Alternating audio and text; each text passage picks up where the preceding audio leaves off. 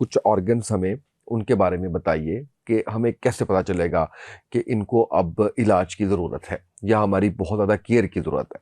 मैदे में तजाबियत है, मैदे में गैस ट्रबल है, मैदे में बदहज़मी है और ख़ुराक सही हज़म नहीं हो रही, उसके बाद कॉन्स्टिपेशन है। सिम्टम क्या था उसके अंदर? तो कुछ भी नहीं है, लेकिन हेपेटाइटिस है। जैसे अपनी स्किन केयर करते हैं, हम कहते हैं कि जी हमारे हाथ जो है वो उसके ऊपर मॉइस्चराइज करें और वो सारा कुछ करें, इसी तरह से हम अपनी बॉडी का जो ख्याल रखना है वो किस तरह से रख सकते हैं। बीमारियों से अभी बचना चाहते हैं या बीमारियों की दलदल में फंस गए हैं तो उससे बाहर निकलना चाहते हैं। अगर आप समझते हैं नहीं जी हमारी शुगर सुबह जो है वो बहुत बड़ी हुई आती है, यूनिट्स इंसुलिन के बढ़ते चले जा रहे हैं, बीमारी भी बिगड़ रही है और हासिल भी कुछ नहीं हो रहा, सबसे पहले तो कि टाइम एज मेडिसिन करें। मेरे पास कुछ दिन पहले एक पेशेंट आया है गुजरांवाला से, वो कहता है जी मैंने कोई 2.5 महीने से आपके डिफरेंट पॉडकास्ट सुन रहा था, कहता है मैंने उस पर अमल करना शुरू किया तो कहते मेरे जिस्म में एक पॉजिटिव साइन, एक चेंज आना शुरू हो गया। 50 यूनिट्स में इंसुलिन लगाता था, अब मैं एक भी नहीं लगा। और ये इस्तेमाल करते रहे, मरते दम तक इस्तेमाल करते रहे। जो थ्योरी बनाई जिसने या वो की है, वो करना क्या चाह रहा था? यानी वो कहते हैं कि आपने गोश्त खाना है तो आप मटन ना खाएं, आप ब्रायलर मुर्गी खाएं। अगर बहुत ज़्यादा तेज़ मसाले डाले जा रहे हैं, मिर्चें बहुत ज़्यादा डाली जा रही हैं, उसमें बाकी लवाजमात बहुत ज़्यादा डाले जा रहे हैं, वो ख़तरनाक होता है आपकी सेहत के लिए। हर डब्बे के ऊपर लिखा है और वो अब कौम क्या करती है कि वो गई खोला वही डाला, चीजें डाल दी, उसके ऊपर लिखा है कौन सी चीजें कितनी डालनी, गलत रेसिपी पूरी। साबित मसाले लिए जाए और जो खातून हाथ से ऐसे करके अंदाजे से डाले ना, यूं यूं पकड़ा, ये डाल दी, ये डाल दी, वो डाल दी, कब किस वक्त कौन सी चीज अब डालनी वो डाल दी, हंडी पकाई और सबके आगे रख दी, उंगलियां चाटते रह जाएंगे जिस औरत के हाथ में टेस्ट हो। कमोड के इतना खिलाफ क्यों है आप? निज़ाम फितरत जो आपका है वो ये है कि आप उस पोजीशन में बैठेंगे तो रफा हाजत पूरी सही तरीके से होगी। इवन दो कि अगर आप यूरिन भी पास कर रहे हैं तो आपका ब्लैडर पूरी तरह से सही मायनों में जो है वो पूरा खाली होगा उस पोजीशन में बैठने से। वर्कआउट किसी भी किस्म का कितना ज़रूरी है सेहत के लिए, और ये जो इस वक्त एक बहुत नारा ये लगाया जा रहा है कि आप किसी भी उम्र में हैं तो अगर आप मसल लॉस बचाना चाह रहे हैं तो आपको वेट लिफ्टिंग करनी चाहिए। एज कोई भी हो, आप यंगस्टर हैं इस वक्त, तब भी लोग कर रहे हैं, लेकिन जब वो छोड़ेगा, छोड़ना तो है ना, जब भी वो छोड़ देगा तो जिस्म लटक जाएगा। बिस्मिल्लाहिर्रहमानिर्रहीम, अस्सलाम वालेकुम। आप देख रहे हैं उसामा के पॉडकास्ट में। उसामा आपकी खिदमत में हाजिर हूं। नाजरीन, डॉक्टर जमील महरवी साहब मेरे साथ मौजूद हैं और आज हम एक ऐसे टॉपिक के साथ हाजिर हुए हैं जो आपकी ज़िंदगी में बहुत ज़्यादा आपको फ़ायदा देने वाला है। यानी आप किस तरह से अपनी बीमारियों की तशख़ीस कर सकते हैं घर बैठे, और वो कौन से सिम्टम्स हैं जो आपको डिफरेंट बॉडी ऑर्गन्स के अंदर, अगर वो सिम्टम्स आपको नज़र आते हैं तो आपको फ़ौरन डॉक्टर से रुजू करना चाहिए या उनको सीरियसली लेके उनका इलाज करवाना चाहिए। इसके ऊपर हमने आज बात करनी है। और डॉक्टर साहब भी ये कहते होंगे कि ये मुझे टॉपिक भी नहीं बताता, मुझे इम्तिहान में डाल देता है, और डॉक्टर साहब बड़े अच्छे से सारी चीज़ें बताते हैं। आप यकीन कीजिए मैंने कभी टॉपिक नहीं बताया, लेकिन डॉक्टर साहब क्योंकि आप कह लीजिए कि अर्ली 90s से टीवी चैनल्स के ऊपर, पीटीवी पे, मुख्तलिफ टीवी चैनल्स पे प्रोग्राम्स कर रहे हैं, इनकी रिसर्च बड़ी शानदार है। और जब से कुरान के तालिब इल्म बने उस वक्त से लेके जो इनकी गुफ्तगू है उसको मैं समझता हूँ कि अल्लाह कबूलियत बख्शता है और इनके मरीज़ों को अल्लाह शिफा देता है। पिछले पॉडकास्ट में हमने ये राज भी जाना कि ये मरीज़ों को साथ जो है वो दम भी कर रहे होते हैं, जिसका पता बड़े कम लोगों को चलता है। अब जो पेशेंट्स हैं वो इस चीज़ को नोट करेंगे। तो डॉक्टर साहब मेरे साथ मौजूद है। मैं बगैर वक्त ज़ाया किए डॉक्टर साहब की तरफ बढ़ता हूँ। अस्सलाम वालेकुम डॉक्टर साहब, कैसे हैं आप? वालेकुम सलाम, अल्हम्दुलिल्लाह, आप सुनाएं। मैं बिल्कुल ठीक हूँ डॉक्टर साहब।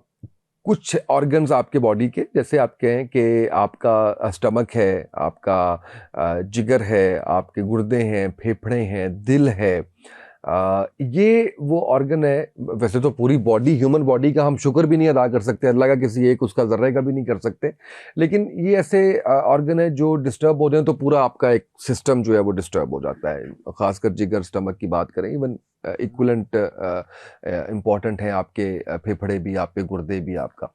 तो मैं ये आपसे जानना चाह रहा हूँ कि हम आम रूटीन में हमें नहीं समझ आती। हम देखते हैं समटाइम्स किसी, अब तो वीडियोज़ आ जाती हैं, कोई लेक्चर देते हुए एकदम हार्ट अटैक हो गया, और वो है और लोगों को पता नहीं चलता। इसी तरह से आपके गुर्दे एकदम पता चलता है कि जी मैं गुज़श्ता दिनों मैंने ये टॉपिक क्यों चूज़ किया, गुज़श्ता दिनों क्वाइट यंग बॉय, हाँ जी, वो तो मुझे पता हो चला रही कि हैं ऐसे वो उनके मसाइल, हो जो है रही वो लोगों को। गुर्दे फेल हो गए। तो जैसे आपने ज़ुबान का बताया कि आप अपनी ज़ुबान देखें, उस पे आपको कट्स नज़र आएँगे तो ये आपको बीमारी होगी। तो इसी तरह से मैं चाह रहा था कि आप कुछ ऑर्गन्स हमें उनके बारे में बताइए कि हमें कैसे पता चलेगा कि इनको अब इलाज की ज़रूरत है या हमारी बहुत ज़्यादा केयर की ज़रूरत है। इस पॉइंट ऑफ व्यू से कि जैसे आप कह लें कि आपका सांस फूलता है, मैं दिल की बात कर रहा हूँ, आपका सांस फूलता है, आप दिल की साइड पे करवट लेके सोते हैं तो आपको दबाव महसूस होता है, स्टमक है तो आप एच अच्छा पलरी। नहीं, उस पॉइंट से अगर हम देखेंगे ना तो एक चीज देखें जरूर मिलती है, वो ये है कि फर्ज करें कि कुछ चीजें ना सिम्टम साइन देती हैं, ठीक है। और कुछ चीजों के सिम्टम साइन होते हुए भी नहीं होते और प्रॉब्लम होती है। मिसाल के अग्रीड। तौर पे बहुत सारी चीजें साइलेंट किलर हैं। बंदा किसी को ब्लड देने कब जाता है? जब उसको जरूरत होती है ब्लड की। किसी को जरूरत होती नहीं, वो खुद कौन जाएगा? जो जाएगा, कौन जाएगा? जो सेहतमंद होगा, जो फिट होगा ना, मतलब ये जिसकी फिटनेस, फिजिकल फिट होगा। अच्छा, वो तो फिजिकल फिट जो है वही देने गया ना किसी को ब्लड के देने के लिए, और वो जा कहता है कितनी जरूरत है भाईजान, आप ऐसे करें कि मेरे से ना आप 2 ब्लड बैग लें। वो कहते हैं ठीक है जी, 2 तो नहीं लेंगे, 1 ही लेंगे, बहरहाल चलो आगे हो, आपकी मेहरबानी। तो जब उसका वो छोटा सा एक टेस्ट होता है, जब वो टेस्ट करवा के आते हैं तो रिपोर्ट आती थोड़ी देर के बाद, तो कहते हैं जी मिस्टर फलां कौन है? कहते हैं मैं हूँ। कहते हैं आपका ब्लड नहीं लगेगा। वो क्यों? कहते हैं जी भाईजान आपको हेपेटाइटिस है। वो कहते हैं नहीं जी मुझे तो कुछ भी नहीं है। अच्छा, इसके कोई सिम्टम साइन है? आप उसको 20, 30, 40, 50, 60, 70 मुख्तलिफ अलामात गिनवा दें, वो कहता है इनमें से एक भी नहीं है, लेकिन हेपेटाइटिस है। अच्छा, वो कहता है मैं नहीं मानता। कहते हैं नहीं मानते तो भाई तुम किसी और 2-4 लेबॉर्ट्रियों से जाके अपनी तसल्ली कर लो। वो बाहर गया, उसने अगले दिन, उससे अगले दिन उसने 2-4 डिफरेंट अच्छी लैब्स जो थी उनसे टेस्ट करवाए। जहाँ से भी करवाया रिपोर्ट पॉजिटिव आ रही, जहाँ से भी करवाया रिपोर्ट पॉजिटिव आ जाती। तो सिम्टम क्या था उसके अंदर? तो कुछ भी नहीं है। सिम्टम साइन जो होता है ना, ये डिफरेंट पेशेंट्स की पर्सनल जिसे कहते हैं ना फीलिंग्स हैं, और वो उसको अपनी जुबान में बता रहा होता है जिस भी तरीके से उसने बताने। हम जनरलाइज नहीं कर सकते, नहीं सकते, हम उसको ये नहीं कह सकते। ये मिसाल के तौर पे मैदे में तजाबियत है, मैदे में गैस ट्रबल है, मैदे में बदहज़मी है और खुराक सही हज़म नहीं हो रही, उसके बाद कॉन्स्टिपेशन है, ये सारी लामात हैं। अच्छा, उसके बाद फिर भूख नहीं लग रही अच्छी तरह से, भूख कम लगती है, किसी को भूख ज़्यादा लगती है, और तेज़ाबियत होती है, यहाँ जलन होती है, गट का इशू है जो आप बात करते होते हैं अक्सर गट की, एसिड रिफ्लेक्टर डिजीज़ है, लूज मोशन आ जाना है, उल्टी मतली की कैफियत है, कभी पेट में दर्द है, मरोड़ है, वट है, मुख्तलिफ चीज़ें हैं जो अम्बिलिकल रीजन्स में कहीं ना कहीं कर रही होती हैं। सर में दर्द आ सकती है, आधे सर का दर्द हो सकता है, दर्द शकीका हो सकता है, माइग्रेन हो सकता है, सर में चक्कर आते हैं, नींद पूरी तरह से सही नहीं आती, जागते रहते हैं रातों देर तक, नींद नहीं आ रही, नींद की गोलियां खाने के बावजूद नहीं आ रही, और यानी लॉट ऑफ नफ्सियाती और साइकोलॉजी के जो इश्यूज होते हैं वो बड़े सारे होते हैं। सर में शदीद दर्द हो रही होती है, फिट्स आना शुरू हो जाते हैं, मतलब झटके लगते हैं, फिट्स पड़ते हैं। अब ये सारी इलामात हैं, सिम्टम साइंस हैं कि कौन पेशेंट क्या कह रहे हैं, उसको क्या प्रॉब्लम हो रही। वो आगे चलते हैं, मतलब कभी दिल डूबता है, दिल की धड़कन कम ज़्यादा होती है, ब्लड प्रेशर फ्लक्चुएट करता है, ऊपर नीचे लेवल होता है उसका, और मरीज़ बाथरूम में बैठते हुए कुंडी नहीं लगाता, डरता है, फिर आहिस्ता आहिस्ता दरवाज़ा थोड़ा थोड़ा खुला छोड़ता है, फिर ज़्यादा खुला छोड़ता है, अकेला भी डरता है, तन्हाई में भी और लोगों के मौजूदगी में भी, और 10, 20, 50 लोग हों तो और डरना शुरू हो जाता है, खौफ होता है, कभी मरने का खौफ है, कभी मैंने नहीं बचना, कभी मेरे साथ पता नहीं क्या हो जाना है, मेरे साथ क्या हो रहा है, मैंने ठीक नहीं होना, सब ने मर जाना है, वगैरह वगैरह। इस तरह की जो चीज़ें वो करता है सारा, ये this is the just only for कि ये एच पीएलओडी है। ये मैदे का अल्सर है, उसमें तेजाबियत है, अल्सर ज़ख़म हुआ, उसमें छोटे छोटे कीड़े ताफन पैदा हो गए, बैक्टीरिया टाइप, वो फिर मैदे से जिगर, जिगर से दिमाग, दिमाग से फिर उन्होंने पूरे दिमाग की क्वाली करनी, नर्वस सिस्टम की, वहाँ से फिर ब्लड आपका हार्ट में आया, तो हार्ट में कार्डियक जो अटैक्स आते हैं, इसमें मसल्स आपके क्रैम्प करते हैं, मसल खींचते हैं। अच्छा, पट्टे भी कमज़ोर होते हैं, मसल्स भी कमज़ोर होते हैं, असाब भी कमज़ोर होते हैं। तो ये जितने इश्यूज हैं, ये सारे के सारे जो है ना, ये मैदे की एक बीमारी है, इसका नाम एच पैलोरी है, ये उसकी वजह से है। बिल्कुल सही। तो डिपेंड ऑन के, अच्छा यही इन्हीं में से काफ़ी सारे जो सिम्टम्स हैं वो आपको हेपेटाइटिस में भी मिलेंगे। बिल्कुल सही। अच्छा, स्टमक की नॉर्मल डिजीज में भी मिलेंगे।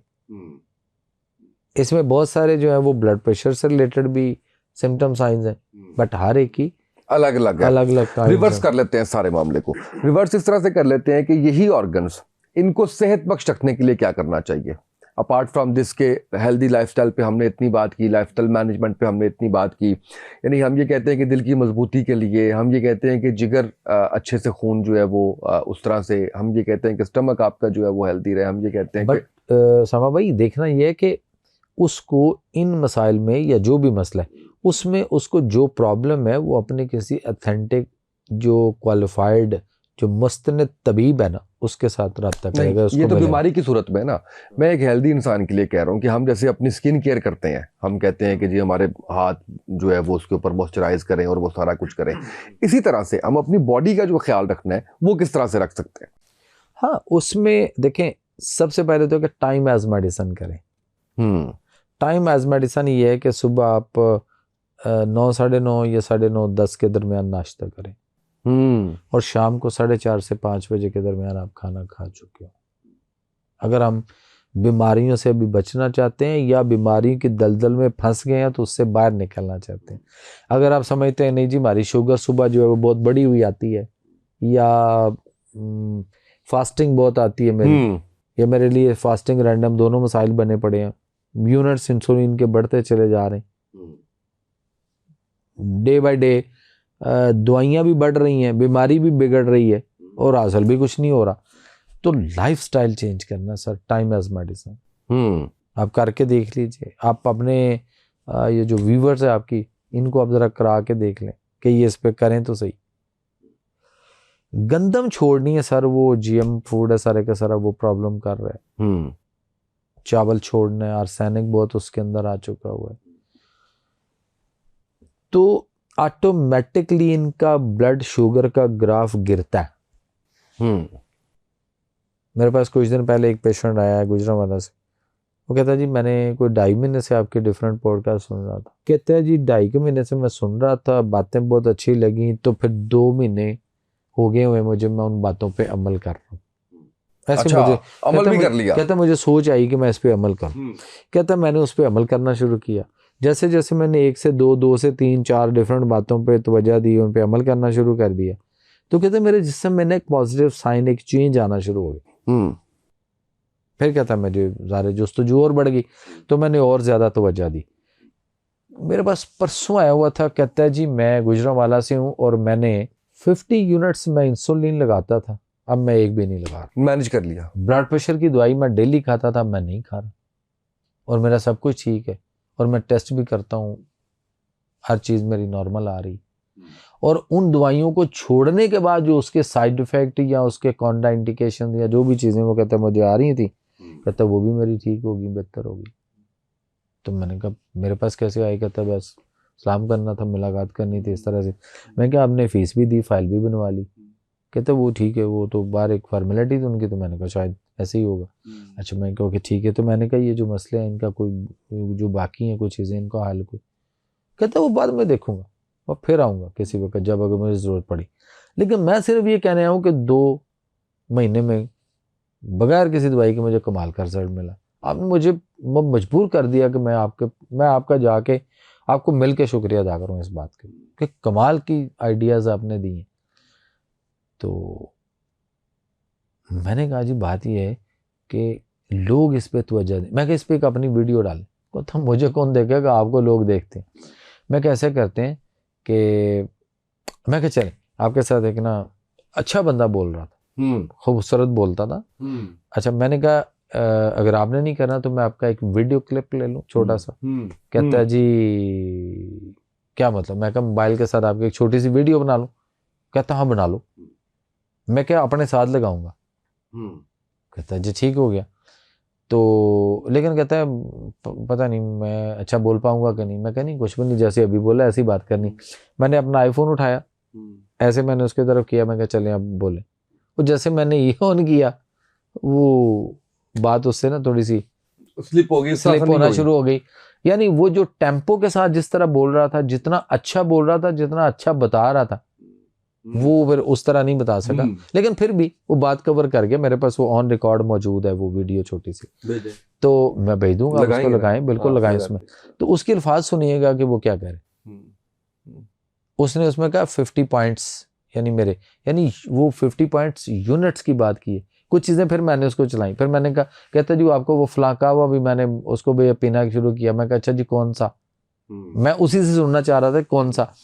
तो वो कुछ चीज़ों को मिक्स करना शुरू हो गया, क्योंकि कैमरे के साथ सर बोलना ना हर बंदे के बस की बात नहीं। और कुछ लोग कैमरे शाये होते हैं, या जैसे ही वो शादी ब्याह में नहीं देखे तो कैमरे मूवी वाला आता था ना ऐसे करके बनाते हुए, तो कई सारे लोग उठ के इधर उधर हो जाते हैं या कुछ कहते हैं भाई रहने दो। और बड़े बड़े अच्छा बोलने वाले, जैसे कैमरा ऑन हुआ नहीं उनकी अपनी लाइट ऑफ हो जाती है, ऐसे ही है। तो बर अच्छा बोला फिर भी ये बंदा, और बड़ा खूबसूरत उसने एक जो है व्यू दिया। ये कहवा कौन सा था? वो जो 100 बीमारियों का इलाज वो था अदरक जीरा और पुदीना। ये 100 बीमारियों के इलाज वाला यही है? वो दूसरा था महरवी कहवा है, जिसमें अदरक जीरा पुदीना दालचीनी कलवंजी, ये 5 चीजें। अच्छा, उसमें अदरक, जीरा, सफेद सब्ज पुदीना, दालचीनी और कलवंजी। और अगर आपको थोड़ा सा रेशा हो या वाईबादी और बलगम रेशा केरा के मसले हो तो बीच में एक लकड़ी और मलट्ठी ऐड कर लें, तो फिर 5 की 6 चीजें हो जाएंगी। और ये इससे आपका स्टमक, आपकी तजाबियत और ये सारा, और ये इस्तेमाल करते रहे, मरते दम तक इस्तेमाल करते रहे। सर जिंदगी से तंदुरुस्ती बढ़ जाती है बंदे की। एक्चुअली ये है कि हम पता कर क्या रहे, हम इस वक्त गैर तबई मौत ज्यादा मर रहे हैं। अपनी मौत का बानी अभी उसका पता नहीं है कि उसके अलावा भी मौत है। गैर तबई मौतें होती हैं, हादसाती मौतें भी तो होती हैं ना, इस तरह गैर तबई मौत भी होती है। एक होता है इलाज, एक होता है यानी ट्रीटमेंट ना, इलाज। एक होता है मैनेजमेंट, डंग टपाओ। हम मैनेजमेंट पे सारी कौम लगे हुए हैं, हमें पता ही नहीं इलाज है का, इलाज कैसे करना है, इलाज का तरीका क्या होगा। इलाज के लिए दवाई, खुराक, परहेज, लाइफस्टाइल, अगर इन बातों पे किसी भी मुआलिज की, तबीब की, डॉक्टर की, कोई भी हेल्थ एक्सपर्ट जो भी है, अगर इन चीज़ों पे उसकी ग्रिप नहीं है ना सर, तो फारग है, ठीक नहीं कर सकता। वो अपने अब्बा जी को ठीक नहीं कर सकता, दूसरे को क्या करेगा। दवाई ठीक हो, अगर ग़िज़ा ठीक नहीं, उसको पता ही नहीं, तो फिर क्या करेगा। और अगर परहेज ठीक नहीं और वो करवा नहीं सका उसको, जो चीज़ें उसके लिए हार्मफुल है, तो फिर क्या होगा, काम खराब होना है। मरीज़ ठीक नहीं हो रहा, इसीलिए नहीं हो रहा। और मरीज़ भी ऐसे हैं कि वो चाहते हैं कि बस जी हमें वो माला चाहिए या वो डॉक्टर तबीब चाहिए जो दवाई भी दे और कहे कि सब कुछ खाओ तो हम ठीक भी हो जाए। तो ये कैसे मुमकिन है? अब वैसे आ रहे हैं इसके ऊपर पेशेंट्स भी आ रहे हैं, और मुझे लगता है कि तबीब भी आ रहे हैं, या कम है? कम है अभी इस पे, इसलिए कि हर बंदे की दस्तरस अभी तक वो फूड एंड न्यूट्रिशन पर नहीं है। एक आया है, उसकी बकायदा डिग्री भी आई, पाकिस्तान में बनी है, लेकिन वो है कैलोरीज वाली, कैलोरीज थ्योरी। वो कहता है कम कैलोरीज लें, ज्यादा कैलोरीज ना लें। आपकी बॉडी ज्यादा कैलोरीज को कैसे उठाएगी, पता नहीं क्या करेगी। वो मुझे नहीं समझ आती, वो जो थ्योरी बनाई जिसने या वो की है, वो करना क्या चाह रहा था। यानी वो कहता है कि आपने गोश्त खाना है तो आप मटन ना खाएं, आप ब्रायलर मुर्गी खाएं। ठीक है। तो ब्रायलर मुर्गी के बारे में तो अब हर एक को पता चल गया, इसमें बीमारियां कितनी है, इसके अंदर मसले कितने हैं, इसके अंदर खराबियां कितनी है ना। ये कोई रॉकेट साइंस नहीं है जो अब समझ ना आए, अब तो लोगों को समझ आ गई, लेकिन खा फिर भी रहे। हाँ, एक चीज कहूंगा, हमारी यूनिटी, हमारा मुत्तहिद होना, बाहसियत कौम। अगर हम ये देखें ना कि उम्दा और तरोताज़ा खाने पे सिर्फ आ जाए ना, आपकी महंगाई बड़ी स्पीड से नीचे गिरेगी। स्टॉक ही नहीं करना। जब स्टॉक ही नहीं होगा, आप जोड़ेंगे नहीं, रखेंगे नहीं उन चीज़ों को ला के ज़्यादा क्वांटिटी में। मिसाल के तौर पे एक छोटी सी मिसाल है, टमाटर किसी वक्त 20-30 से 50 रुपए किलो और किसी वक्त 400-800 रुपए किलो। हाँ, ऐसा होता है ना। होता है। आपकी दस्तरस से भाईजान, तो आप फैक्ट्री ऑनर हैं, आपकी दस्तरस से तो आप गुजरते हो, उसको कहते हैं सब्जी वाले को, बात सुनो, वो आया, जी साहब जी जरा टमाटर तो घर भेज दो। सर जी एक क्रेट भेज देता हूँ। हाँ ठीक है, एक भेज दो, कोई मसला नहीं, और पैसे मेरे से ले लेना। बस ठीक है साहब जी, मैं ले लूंगा, आप जाएं। उन्हें एक टमाटर का क्रेट पूरा घर भेज दिया, या किसी के दस्तरस में है, वो लेने गया, उसने उसको कहा किस तरह है, उसने कहा जी भाजी 100 रुपए किलो। अच्छा, वो महंगे लाए यार, कुछ सस्ते कर। कहता जी भाजी धड़ी लो तो 450 दी, यानी 5 किलो ले तो 450 के। वो कहता नहीं फिर मैं 400 देंगा। वो कहता ठीक है, उन्हें 400 रुपये में पूरी 5 किलो डाल दी।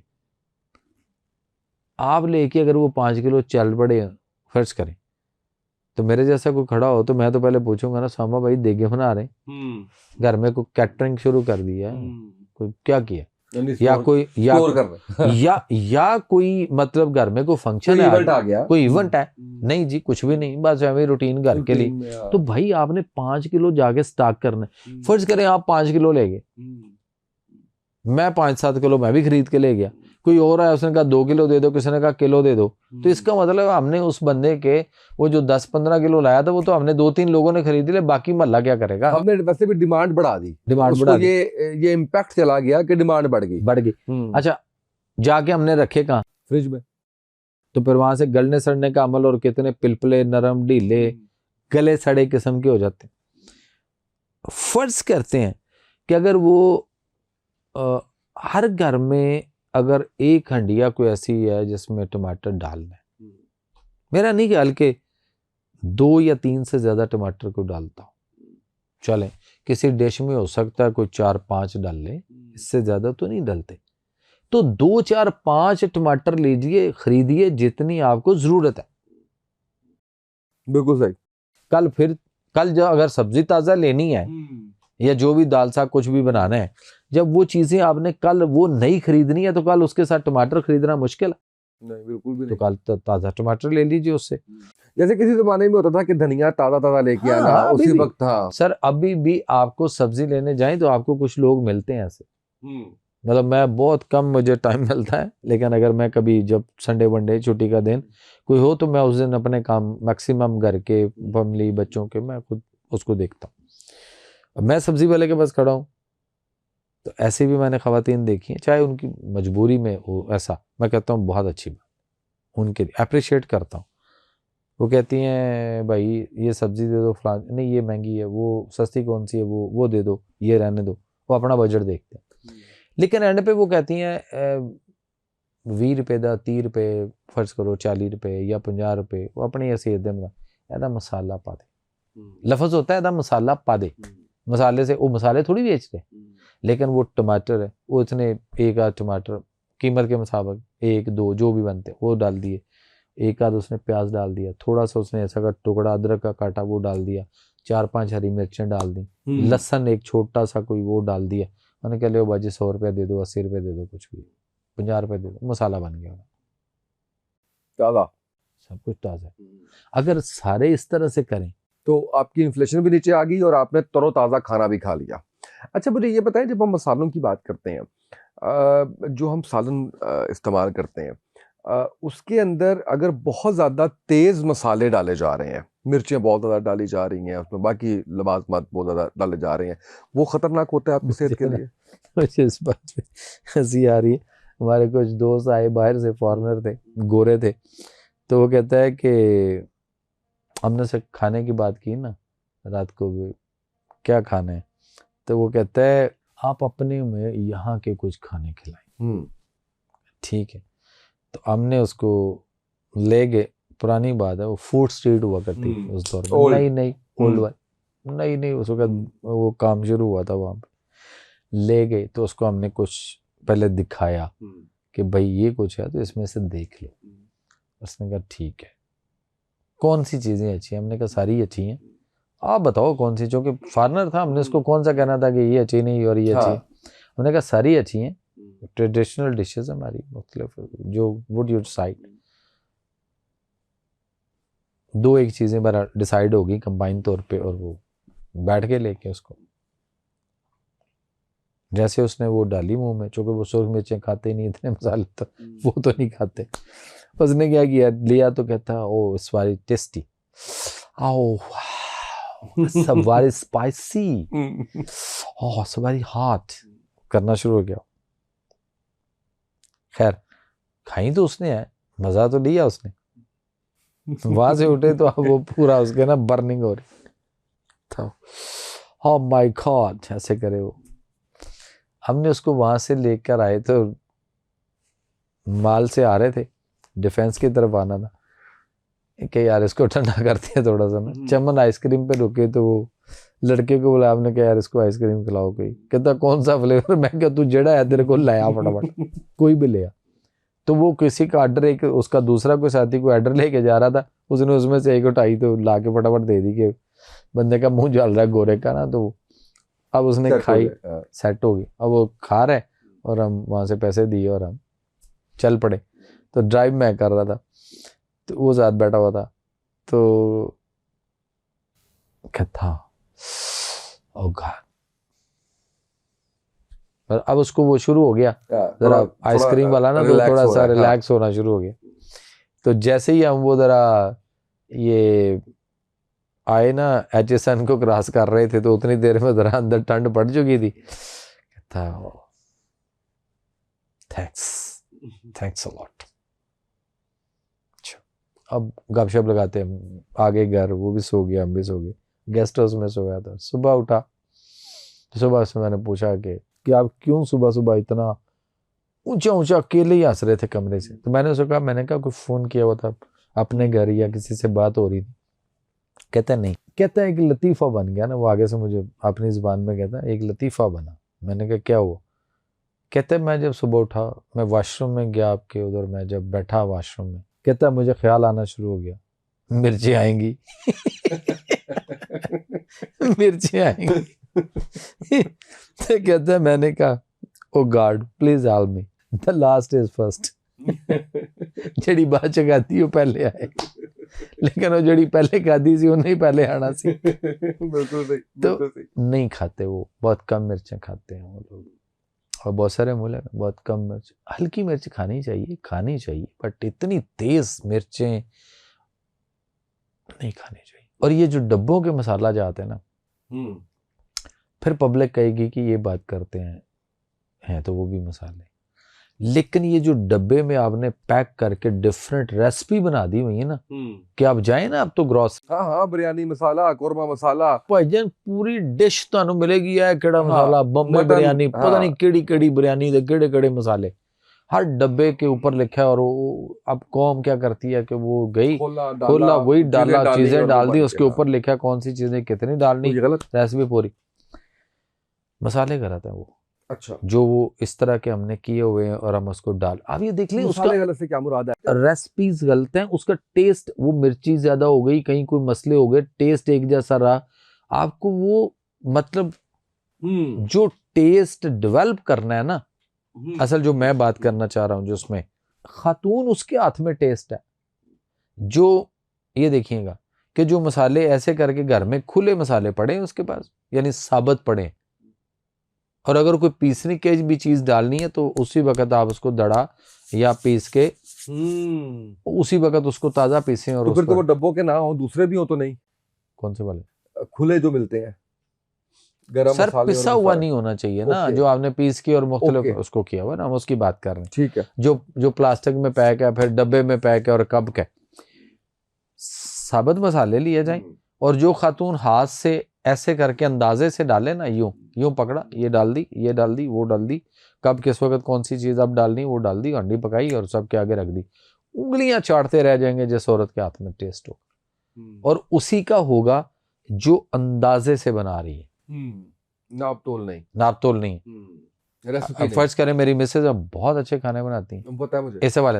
अब वो लोग पूछते हैं ना उनको कि या कोई भाभी, भाभी हाँ। जो जिसका रिश्ता बनता है उस हिसाब से बोलते हैं, तो वो कहते हैं आप ना ये बता दें प्लीज कि इसकी रेसिपी क्या थी। फिश याद आ रही है अच्छा, मुझे। वो रेसिपी से क्या मुराद आएगा? वो कहते हैं नहीं आपने ये फला चीज कितनी डाली, फला कितनी डाली। वो कहते हैं ये मुझे नहीं पता, मैं हाथ से अंदाजों से डालती हूँ।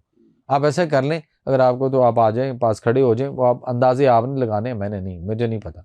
आप मुझे पूछें कि आपने कौन सी चीज कितनी डाली, तो कहती मैंने ऐसे करके अंदाजे से डाली, मैंने कोई नाप तोल नहीं हाथ से। तो टेस्ट डेवलप होता है वहां से। लोग उंगलियां चाटते रह जाएं, वो वाला टेस्ट हो, ये नहीं है। अच्छा, अब जो जिसका हाथ से बनाना है और टेस्ट डेवलप करना है, जिसके पास ये फन है, ये आर्ट है, वो किसी के घर में जाए और उनके घर में खाना पका हो ना, तो मेरी मिसेज उठने के बाद कह देती होती है ए फलाने डब्बे का मसाला सी है। पता चल जाता है। क्योंकि वो रेसिपी एक ही बनेगी ना, उसी तरह की बननी है। उसमें वो उस बंदे का टेस्ट वो नहीं, वो वो कुछ नजर। भी नहीं है और दूसरा ना, एक और भी चीज हो गई कि वो जो आटा गूंदते हुए खवातीन बैठकर और आटा गूंदती थी और उसके साथ कोई दूध शीर कोई मुख्तलिफ चीजें पड़ती थी, हमने वो खत्म कर दी। अब तो ये चल रहा होता है, इधर देखें, इधर मोबाइल रख दिया, हाँ तू सुना ठीक है, 1.5 घंटे की कॉल चल रही, उन्हें नाल आटा गूंद लिया, उन्हें हांडी भी पका ली, उन्हें ना कुछ कर लिया। पहले जो होता था वो खाना बनाते हुए हर काम में बिस्मिल्लाह से आगाज, और फिर जो उसको आता था कुछ ना कुछ वो अपनी तस्बीहात, कोई वजीफा या कोई कुरान की आयत, कोई सूरा, कोई चीज वो कोई ना कोई पढ़ते रहते थे। कुछ भी नहीं, एक दुरूद शरीफ भी साथ साथ डेवलप हो रहा होता था, कुछ भी नहीं होता था। सारी चीजें बहुत अच्छी थी, हम अच्छे थे, हमारी सेहत भी अच्छी थी, उन चीजों का फैक्ट भी बड़ा अच्छा होता था ना। एक चीज वजू करके हो, एक चीज बगैर वजू के हो, एक पाकी की हालत में हो, नापाकी की हालत में हो, तो फर्क तो पड़ता है ना कि नहीं पड़ता? बिल्कुल पड़ता है। एक गाने सुन रहा हो, एक वो तिलावत काम सुन रहा हो, हो और एक तिलावत सुन रहा हो, तो दोनों में जाहिर है कि वो बहुत फर्क। जमीन आसमान का फर्क होगा। अच्छा, मुझे ये बताएं, कमोड के इतना खिलाफ क्यों है आप? देखिए ये फैशन बन गया, मजबूरी तो किसी किसी की थी ना, कभी बाद में मजबूरी भी बना कुछ लोगों की, मजबूरी में बैठना उसके लिए था तो बैठा भी दिया गया उसके ऊपर, उसने वो भी कर लिया। लेकिन आप एक तो अपनी उस पोजीशन पे जिस पे अल्लाह का निज़ाम कुदरत ही है, निज़ाम फितरत जो आपका है वो ये है कि आप उस पोजीशन में बैठेंगे तो रफा हाजत पूरी सही तरीके से होगी। इवन दो कि अगर आप यूरिन भी पास कर रहे हैं तो आपका ब्लैडर पूरी तरह से सही मायनों में जो है वो पूरा खाली होगा उस पोजीशन में बैठने से। आप कमोड पे बैठे हैं, आप देख लीजिए, लोगों से पूछ लिए, जब वो कमोड पे बैठ के पेशाब करते हैं, जब उठते हैं थोड़ी देर बाद आ जाता है, या उठते उठते फिर आ जाता है, या उठते ही कुछ ड्रॉप या एक छोटी सी धार निकल जाएगी, क्योंकि वो पोजीशन ही नहीं है उस पर। कब्ज के मसाइल हो रहे हैं उसी वजह से, घुटनों के मसाइल हो रहे हैं ना। आप घुटनों पे पूरी तरह से उसको पूरा बेंड कर ही नहीं रहे। आप ये देखें ना, अब यहां से यहां तक आ रहे हैं, यहां तक तो जा ही नहीं रहे। अब मैं इस जोड़ को अगर यहां से लेके यहां तक एक्सरसाइज कराता रहूं तो ये यहां तक ही रहेगा, अगले वाला जो हार्ड हो जाएगा और ये उसके बाद नीचे नहीं जाएगा। तो मसले ही मसले, इसलिए कमर के इश्यूज आ रहे हैं। आपके लचक ही नहीं कमर में, आप वहां तक बैठे, अब उसको नीचे बैठना पड़ जाए तो कहते हैं भाजी नहीं बैठा जाए। अब लोग मस्जिद में जाओ, पहले इक्का दुक्का कहीं को कुर्सी नजर आती थी, अब आपको अगर 150 नमाजी है तो 30 40 50 कुर्सियां नजर आएंगी, कुर्सियों पे बैठे हुए। तो नमाज को उसी हालत में पढ़ने की कोशिश करें, आसानी भी है, मैं ये नहीं कहता हूँ कि जिसकी बहुत मजबूरी है वो कुर्सी पे ना बैठे या उसमें नहीं, लेकिन आहिस्ता आहिस्ता उस तरफ को कोशिश तो करें ना। अगर नहीं करेंगे तो आप जिस जिस लेवल पे आई जा रहे हैं वहां वहां स्टक होते जाएंगे, उससे आगे जाने वाली तो आपकी कैपेसिटी खत्म कर रहे हैं आप उसको, तो उसको खत्म नहीं करें, मेंटेन करें। अच्छा करेंगे, उसकी एक्सरसाइज भी होगी और वर्किंग भी होगी, आपके वो मसले जो बिगड़ रहे थे वो और अच्छे होते जाएंगे और आप वापस अपनी लचक अपनी सब कुछ वहीं पे ले आएंगे। नहीं लेके आए, जिम्नास्टिक जो करते हैं, शुरू से आदत डाली ना उन बच्चों को, करते करते अब वो बड़ा भी हो गया, जितना बड़ा मर्जी हो जाए, वो देखे ना कैसे जिम्नास्टिक में अपनी बॉडी किस तरह से वो कर रहा है। तो प्रैक्टिस है ना, उसने की है। अगर वो करता ही ना तो फिर यहाँ तक पहुंचता कभी भी नहीं। तो इसलिए ना उसके फायदे ही फायदे हैं। अच्छा डॉक्टर साहब, ये बताइए कि वर्कआउट किसी भी किस्म का कितना ज़रूरी है सेहत के लिए? और ये जो इस वक्त एक बहुत नारा ये लगाया जा रहा है कि आप किसी भी उम्र में हैं, तो अगर आप मसल लॉस बचाना चाह रहे हैं तो आपको वेट लिफ्टिंग करनी चाहिए। इस हवाले से बताइएगा। देखिए, वेट लिफ्टिंग इस हवाले से अच्छी है कि वक्ती तौर पे तो आपका जिस्म बड़ा से जब आप पोज बनाते हैं ना, कमाल के नहीं, वो कहते हैं कि आप 50-60 में हैं तो मसल लॉस, आपका लॉस जो है वो बचा लेगा आपको, अगर आप वेट लिफ्टिंग करेंगे तो। नहीं, वो बचाएगा नहीं, आपको वक्ती तौर पे हार्ड तो करेगा, ओके। लेकिन सर आप पर आपकी कोई भी लिमिट है, एज कोई भी हो, आप यंगस्टर हैं इस वक्त, तब भी लोग कर रहे हैं। लेकिन जब वो छोड़ेगा, छोड़ना तो है ना, जब भी वो छोड़ देगा तो जिस्म लटक जाएगा। तो weight lifting is not recommended. Exercise करें, वॉक करें, जॉगिंग ट्रैक पे जाएं, दौड़ लगाएं, जो हमारी फिजिकल एक्सरसाइज है वो करें। मतलब हाँ, आपने तन सजी के मुकाबले करने हैं ना, अगर वो बॉडी बिल्डिंग वाले, तो ठीक है करें। और अगर आपने WWF या यहाँ कहीं जाना है कोई, लेकिन अगर सेहत के लिए करना चाह रहे हैं तो वो रिकमेंडेड नहीं है। मुझे ये बताएं, सेंट्रल एयर कंडीशन चल रहा होता है, उस एनवायरनमेंट में कौन सी एक्सरसाइज है? लेकिन जिन लोगों के रिजल्ट उसमें भी आते हैं वो क्या वजह? सर रिजल्ट से क्या मुराद होगी ना, रिजल्ट से आप मसल बना रहे हैं, हाँ, तो बन जाएंगे ना, लेकिन जब छोड़ेंगे तो फिर लटक जाते हैं कि नहीं लटकते? लटकते हैं, बिल्कुल लटकते हैं। खराबियां शुरू हो जाती हैं, वो फिर पूरी बॉडी लटक, अजीब भद्दा नजर आता है। एक और बड़ा मसला आ रहा है कि वहां पे एक तो वो कह देते हैं कि जी आपने मुख्तलिफ फूड सप्लीमेंट दे रहे हैं कि ये खाएं तो जल्दी अच्छे होंगे, टीके लगाएं फलां होगा। एक तो इन चीज़ों से मैं सख्ती से कंडेम्ड करूंगा, बच्चों को या बड़ों को, कोई भी है, उनको चाहिए कि वो इन चीज़ों से तो अवॉइड करें। लेकिन वो कहते हैं कि इनसे अवॉइड करें तो फिर वो नहीं बनते, मसल्स नहीं बनते उस लेवल के। तो लेकिन उतनी देर में चाहे उधर से गुर्दे खराब हो जाए या कोई और मसला हो जाए, तो वो भी सेहत के लिए अच्छा नहीं है ना, फिर आपकी ज़िंदगी दांव पे लग जाएगी। दूसरी बात यह है कि अजीबोगरीब किस्म की खुराकें बताते हैं। मिसाल के तौर पे पिछले दिनों मेरे पास एक आया बच्चा, किडनी फेलियर उसका, प्रोटीन भी आ रही, 4 अंडे खिला रहा है उसको सर वो सुबह। मैंने कहा 4 अंडे क्यों खाते हो? वो तो कहते हैं 6-6 भी खाएं, प्रोटीन छोटा बेहतर। था ना जरा, अच्छा उस ठीक है। लेवल का नहीं था अभी, फुल बड़ा नहीं था अभी, वो जरा टीन एज थी। तो कहता है जी 4 अंडे मैं सुबह खाता हूँ। उधर मैदे का मसला, H pylori रिपोर्टें उसके पास पॉजिटिव थी। मैं कोई ये H pylori किसने करवा दी है तुम्हारा? तो डॉक्टर करवाते नहीं, बहुत कम लिखते हैं, करवाते हैं। कहते वो आपकी एक वीडियो देखी थी, उसमें से आपने बताया था तो मैंने करवा ली। तो वो खुद पास से, यानी डॉक्टर ने फिर भी नहीं किसी ने? वो कहता जो है, तो मैं कहा फिर, तो कहता उसमें तो मैंने कहा आज सुबह क्या खा गया? मैंने नवस पकड़ी तो मैंने कहा खुराक तो आपकी पिछले भी 24 घंटे से कुछ गलत है। मैं कहा रात को क्या गया था? हंसना शुरू हो गया। मैं क्या गया था, सच बोलना। कहता मामा बता दो, मामा आप बता दे। तो कहते मामा नहीं बताएगी तो खुद बता, और सच बोलना, नहीं तो मैंने बता देना। कहता रात को बिरयानी खाई थी। मैं कहा ठीक हो गया। सुबह कहते सुबह तो मैं अंडे लेता हूँ। मैं कहा कौन से? तो जो मिलते हैं बाजार से। मैं कहा अच्छा ठीक है। मैं कितने अंडा खाते हो? कहते 4 अंडे रोजाना। मैं कहा ये तुम्हें किसने कह दिया? कहता वो मुझे वहाँ उन्होंने कहा है, क्लब वालों ने। मैं कहा कौन सा क्लब? कहता वो जो वेट लिफ्टिंग वाला। मैं कहा वेरी गुड। मैं कहा तू अंडा कौन सा है? कहता अंडा मुर्गी का। मैं कहा मुर्गी क्या होता है, बट तुम कौन सा ले रहे हो? कहते मैं ये मैं कहा विलायती अंडे। कहता हाँ वही विलायती अंडे खाता हूँ, देसी नहीं मिलता जी। मैं कहा नहीं मिलता तो ना खाओ, कोई जरूरत ही नहीं कि संडे हो या मंडे तो मत खाओ अंडे, मत खाओ अंडे। तो कहता जी अब वही मिलता है तो वही खाना है। मैं कहा भाई ये अंडा नहीं है, अंडे जैसा है, अंडा थोड़ी है। जिस अंडे में से बच्चा नहीं निकलता, मुझे बताइए वो अंडा होगा? ठीक है, अग्रीड तो अग्रीड। वो अब इस तरह की जो वो चीजें खिलाएंगे ना, फिर वो कहते हैं जी चिकन खाएं, चिकन खाएं, हाँ हाँ, चेस्ट पीस खाएं। हाँ। हाँ, तो इससे क्या होने, बीमारियां आपको लगनी, उसका तो कुछ नहीं जाना, उसका तो क्लब चल रहा है। बीमार होंगे तो आप बीमार होंगे, आप एक बाहर होंगे, 4 और वहां पे फंस रहे होंगे।